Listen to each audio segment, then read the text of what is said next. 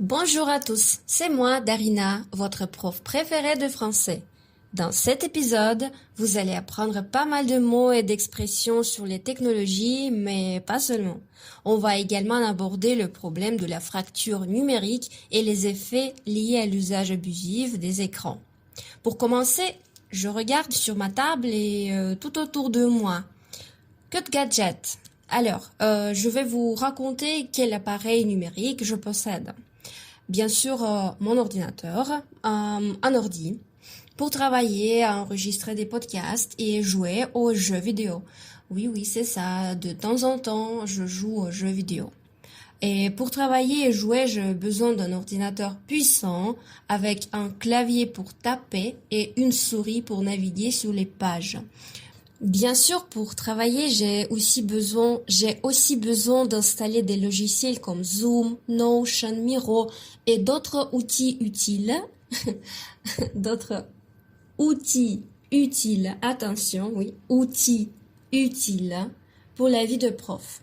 J'ai aussi besoin d'une tablette graphique pour écrire sur un tableau blanc, comme sur Miro, afin de mieux expliquer les choses à mes élèves. Ils adorent ça. De plus, j'ai un téléphone portable, bien sûr, et mon gadget préféré, c'est une tablette iPad. Je l'utilise pour surfer sur Internet, lire des magazines et des livres en français et écrire mes posts sur Telegram. Je dessine aussi avec un stylet, l'Apple Pencil. Une des choses les plus importantes pour moi et pour beaucoup d'entre vous, je pense, ce sont les écouteurs. On écoute de la musique et des podcasts en allant au travail, au magasin ou dans les transports en commun. Pour moi, c'est presque impossible de sortir sans écouteurs. Il existe des écouteurs sans fil, ce qui est plus confortable par exemple quand on va à la salle de sport. Mais je pense que les écouteurs avec fil ou même un casque, les grands écouteurs, offrent une meilleure qualité sonore. Qu'est-ce que vous pensez? J'ai aussi une liseuse, mais je ne m'en sers pas beaucoup parce que je préfère les livres papier. C'est toujours un grand débat. Il y a ceux qui préfèrent lire des livres papier et ceux qui peuvent lire partout sur n'importe quel support. En plus, vous avez vu les prix des livres? C'est presque impossible d'imaginer la vie sans nos gadgets numériques, n'est-ce pas? Avant, on téléphonait beaucoup, mais maintenant, on n'en a même plus vraiment besoin. Grâce aux applications de messagerie, on peut envoyer des messages tout le temps. À l'aide de mon smartphone ou de la navigation GPS, je peux facilement trouver des endroits inconnus et ne pas me perdre dans de nouvelles villes. Bon, ça dépend, mais j'ai quelques histoires drôles à raconter un jour. Les moteurs de recherche, comme Google ou Safari, nous aident à trouver n'importe quelle information sur Internet. Par exemple, je peux chercher la date de sortie de la dernière saison de White Lotus. Bref, toute notre vie est là-dedans.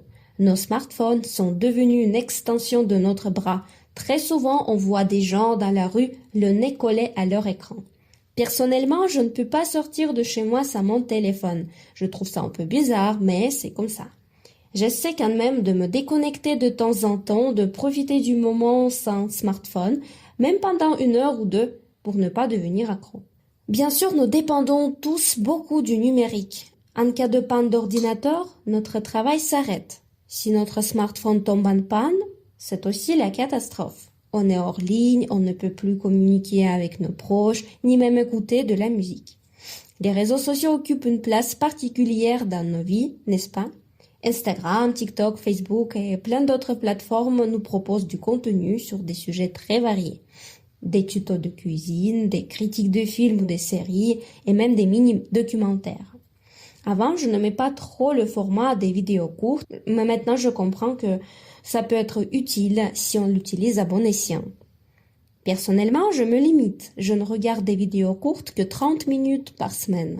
Mais on parle aussi des effets secondaires. Par exemple, le brain rot, un phénomène qui signifie que notre cerveau est affecté par le contenu que l'on consomme tous les jours. La mémoire devient plus courte, on a du mal à se concentrer sur des formats longs et on oublie plus facilement des choses importantes. Il y a aussi d'autres effets néfastes. Quand on travaille tout le temps devant un ordinateur, on mène une vie sédentaire. On reste assis toute la journée et notre corps en souffre. maux de dos, fatigue oculaire en fin de journée. C'est pourquoi on recommande de bouger davantage, se promener, faire du sport comme le yoga par exemple.